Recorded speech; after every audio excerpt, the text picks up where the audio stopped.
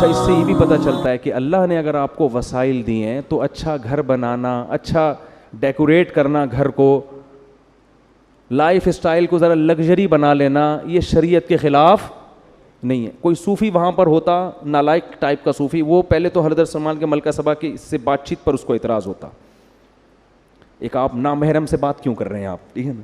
دوسرا اعتراض اس کو یہ ہوتا ہے کہ یہ کیا ہے بھائی, یہ کیا ہے تخت مخت, آپ نے بھی تخت بنایا ہوا, آپ کا اتنا عالی شان تاج ہے, اور یہ آپ نے اتنے خوبصورت فرش بنائے ہوئے ہیں, ٹائلیں لگائی ہوئی ہیں فرش کے اوپر, اور ایسا خاندانی فرش کے دیکھنے میں کیا لگ رہا ہے, پانی لگ رہا ہے. اس زمانے میں ایسا شیشہ بنا لینا کہ پانی لگے, وہ تالاب لگے, یہ کیا بھائی, آپ کو تو ایک جھونپڑے میں رہنا چاہیے, ایک پرانے سے بوسیدہ کپڑا پہن کے اللہ اللہ کرنا چاہیے, یہ کیا بھائی. جب اللہ نے وسائل دیے ہیں تو یہ بھی بولو ٹھیک, اور جب نیت اچھی ہو تو اور زیادہ ٹھیک.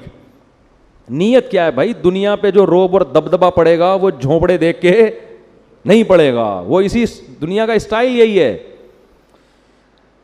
لینڈ کروزر میں کسی کے ہاں رشتہ لینے جاؤ فوراً ملے گا, گدھے پہ بیٹھ کے جاؤ گے کیا خیال ہے, ملے گا؟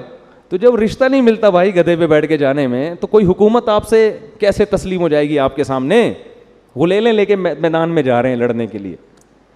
تو اسی وجہ سے ہمارے نبی نے بھی اس کا بڑا اہتمام کیا ہے. جب کوئی وفد ہمارے نبی سے ملنے آتا تو آپ اپنے لباس کو چینج کرتے, اچھا لباس پہنتے, اپنے بالوں میں کنگھی کرتے, اور پھر جو دوسرے ملکوں میں آپ سفیر بھیجتے نا مذاکرات کے لیے, ان کی پرسنالٹی بڑی زبردست تھی. جتنے سفیر نبی صلی اللہ علیہ وسلم نے دوسرے ملکوں کے لیے بھیجے ہیں, ان میں مفسرین کہتے ہیں دو چیزیں قدر مشترک تھیں.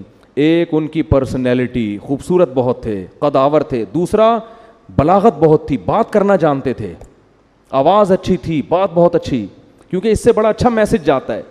اب کسی ایسے آدمی کو بھیج دیا جو ہکلا رہا ہے وہاں جا کے, ہے بھائی, یا اس کی پرسنالٹی نہیں ہے, تو اس سے امیج اچھا نہیں پڑتا. یہ جو تھے رضی اللہ عنہ, یہ بھی سفیر تھے دوسرے ملکوں میں, یہ اتنی پرسنالٹی, اتنے خوبصورت تھے کہ حضرت عمر نے اپنے دور خلافت میں ان پر مدینہ آنے پر پابندی لگا دی, اور کہا اگر مدینہ آئیں تو چہرہ ڈھانپ کے آئیں, کیونکہ بہت سی عورتوں کو ان کو دیکھ کے فتنہ ہونے لگا تھا. یعنی مدینہ آتے نا تو جن عورت کی ان پہ نظر پڑتی اس کے بارے میں خطرہ ہوتا کہ یہ کوئی ان پہ فریفتہ نہ ہو جائے, عاشق نہ ہو جائے. ایسی خوبصورت پرسنالٹی نبی نے روم اور کسرا کے بادشاہوں کے لیے رکھی ہوئی تھی, ان کے پاس بھیجتے تھے. تو جب محل میں داخل ہوتے ہوں گے اور نبی کا پیغام پہنچاتے ہوں گے تو وہ غور سے سنتا ہوگا کہ نہیں سنتا ہوگا. تو دنیا اسباب کا ہے نا. ہاں دوسری طرف حضرت بلال بھی ہیں. حضرت بلال کو آپ صلی اللہ علیہ وسلم نے سفیر نہیں بنایا لیکن مؤذن بنایا, ان کو بتایا کہ تمہارے قدموں کی آہٹ کہاں سنتا ہوں میں, جنت میں. تو شکل کی وجہ سے آخرت میں کوئی وہ نہیں ہوگا, لیکن دنیا کا اصول یہ ہے کہ دنیا میں یہ چیزیں ویلیو رکھتی ہیں, اور نبی نے بھی ان چیزوں کا خیال کیا ہے. دیکھو ہمارے یہاں آرمی میں اصول کیا ہے کہ ISSB کلیئر کرنے میں بندے کی پرسنالٹی بھی دیکھی جاتی ہے. یہ انگریز کا بنایا ہوا قانون ہے جو بڑا ٹھیک قانون ہے کہ بھائی جو آفیسر ہوگا نا اس کا کم از کم اتنا قد ہونا چاہیے. وجہ کیا ہے کہ آفیسر کی پرسنالٹی نہیں ہے, پرسنالٹی اس کے ماتحت کی ہے, تو ماتحت بولے گا میرے سے تو 3 فٹ تو میرا فوجی آفیسر تو 3 فٹ کا تو آفیسر ہے میرا, میں اس کو 1 ٹھڈا ماروں یہ 6 کلابازی کھا کے وہاں گرے گا. وہ اطاعت نہیں کرے گا. اطاعت انسان ہمیشہ کس کی کرتا ہے, جو آپ سے برتر ہو. یہ انسان کی نیچر ہے. تبھی تو عورت کو حکم دیا ہے کہ اس کا نکاح اس سے برتر میں ہونا چاہیے, اس سے کمتر میں. یہ اسلام کا حکم ہے کہ عورت کا نکاح اس کے پیرالل یا اس سے افضل میں ہو, اس سے کمتر میں نہ ہو, کیونکہ شوہر سر کا تاج ہے. وہ عورت اس کی اطاعت کرے گی. اگر عورت یہ کہے گی کہ یہ تو مجھ سے بھی کمتر ہے تو وہ اس کو اپنا سر کا تاج نہیں بنائے.